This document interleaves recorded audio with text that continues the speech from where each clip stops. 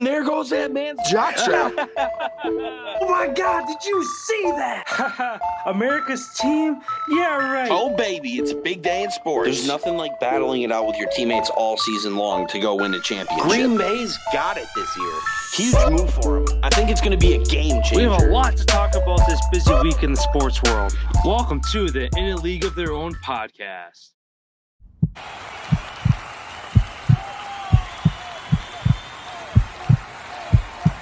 Hello, everyone, and welcome to today's NBA segment.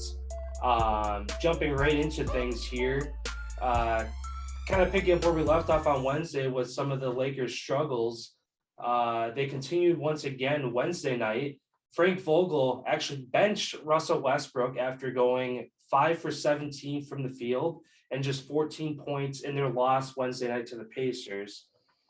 Between LeBron, which we talked about last episode, taking his frustrations to social media, which we were kind of harping on him for, and Russell Westbrook actually left that game early with like a handful of seconds left in the game to avoid reporters.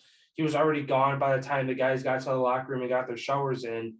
Is the total collapse that we've kind of hinted at for a while now right in front of us and ready to completely implode on this Lakers team? I feel like they're going to start shopping Russ. They're going to start looking to get him out of there. I feel like that is best case scenario. And credit to Vogel, sitting a guy who turns over the ball, not having a good night down the stretch when you need to fucking score points, and a guy who doesn't really play defense that much. Get a guy in there who actually is going to get out there and play D. I feel like props to him for standing up and doing that. Also, Russ, in that case, I feel like, I don't know. He never is a huge media guy anyway, talking to the media. So that doesn't shock me that he just dipped out. I feel like people kind of expected that, but not even to stick around for your teammates. That kind of shows where that situation's at. It's hostile right now in Los Angeles. And we could be on the brink of an implosion, like we have mentioned, It's the snowball is rolling, and I feel like it's doubled its size to once we started talking about it to where we're at right now. It's just if it's going to get pushed to go downhill, that's the question. Yeah. I mean, it's definitely not a good look for this team. And just like you said, not sticking around for your teammates. I mean, just you're kind of losing that respect. And even LeBron, when he's been asked about the whole situation of shopping Westbrook and like benching him, things like that, he hasn't come straight out and said, I'm confident in him. Like, I believe in him. He's kind of danced around the idea, not giving the media a straight answer, which. Yeah, just saying I'm not involved in that process. Yeah. Which is the truth. Yeah. But also at the same time, if you're looking to keep the coercion, keep your team together as the face of the franchise and the face of the NBA, like you need this, like if you truly want to help turn your team around quickly, dancing around the idea and avoiding questions like that again is a bad look for him too, and adds to that snowball that you mentioned that is building more momentum. I don't know. I mean, I don't know what could be next for, and two, for Vogel. Like, he's been on the hot seat for a couple weeks as far as losing his job.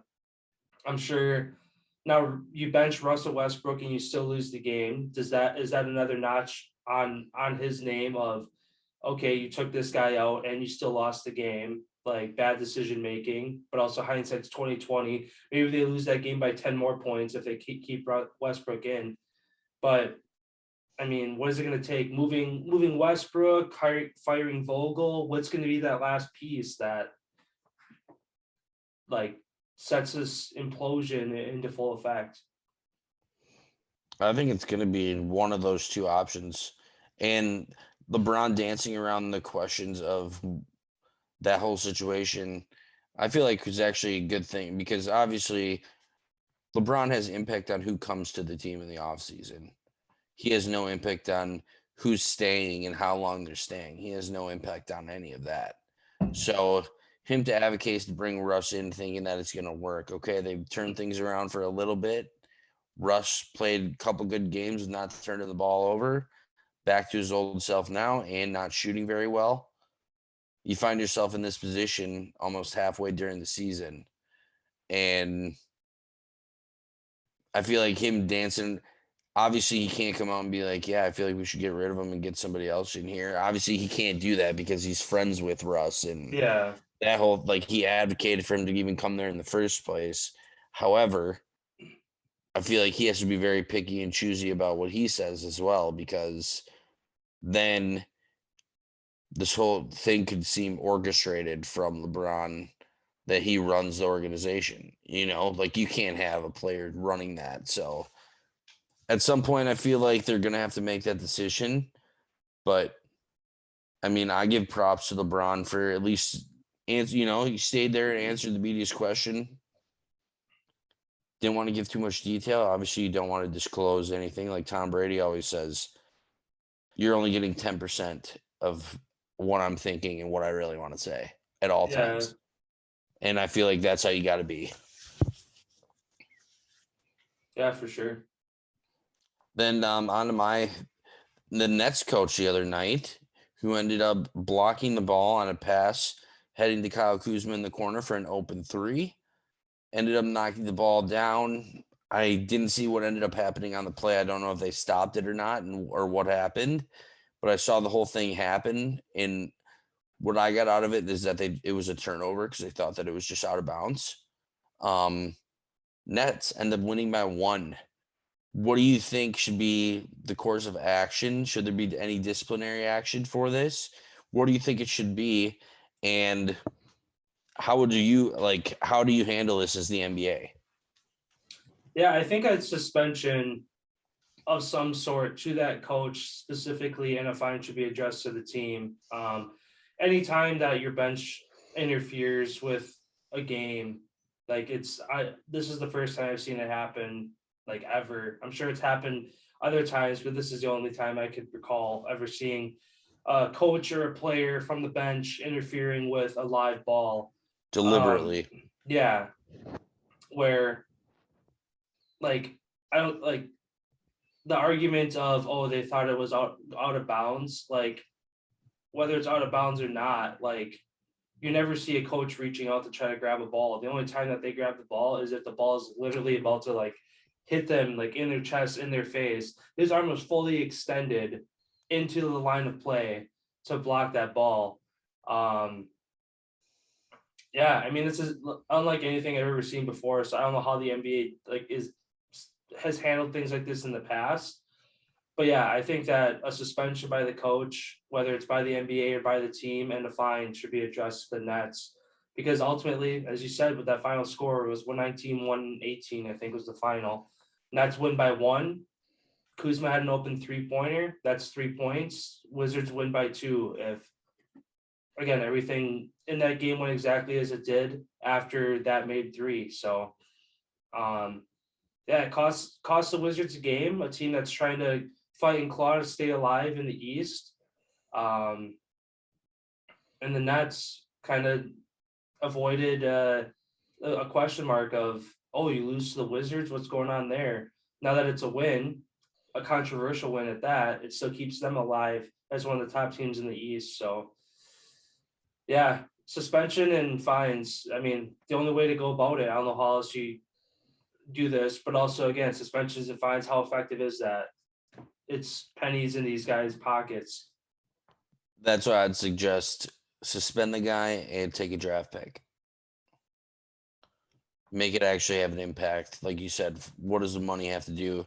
Take a draft pick. Take a player that they can't take and make it at least like a 3rd rounder, something that actually has an impact, not just like a 7th rounder, Yeah. That's what I feel like should happen. Yeah, I didn't even think of that. I mean, yeah, that'd have a much more of an impact, a long-term impact of, all right, fine, suspension, and literally a week from now, it doesn't mean anything anymore, where that draft pick is going to affect them for years because of a mistake that guy made. And who knows? Nets still could have won that game. Or even if the Wizards win, it might not affect their season at all. But the fact that you did it, period, when it shouldn't have happened at all, like there has to be repercussions of that. So, yeah. A draft pick would be better. I mean, add that on top of the fine and the suspension. Like, go all out with it. I haven't seen any early indications as to how they are gonna do it, just because they're still investigating it as far as was it out of play, was it intentional, like what was going on for the actual play itself. And Well, once clearly the coach is going to be like, "Oh, I thought it was coming at me."